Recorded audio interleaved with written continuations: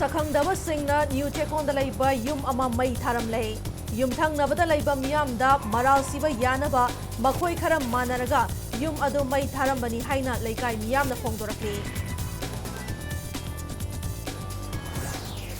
Sera sida thokliba irang asida Myanmar dagi changlakpa khulai paiba singna Chawna mayong yare haibagi khudam changdam yawba wakacherol ama External Affairs ki Minister of State ta Maheshwar Thaunaw zamna pisinkrei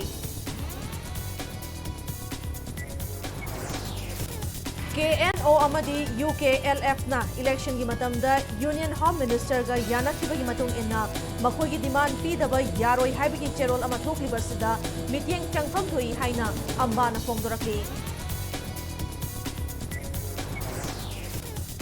Sera sida kanglup ki irang thokibadagi mobile data services internet data services pibada athingba thamduna lakibadu makhatana June 10 fauba numit mangani amuk sangdokre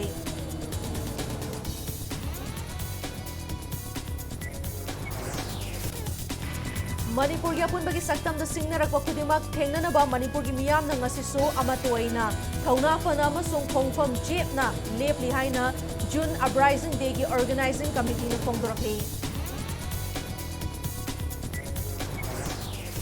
Khamen loki thodokta laikhidraba miyoi mapan gi mafamda khwairamban ima kaithel gi potfam fambi ima singna maira ka tuna awaba phongdokrai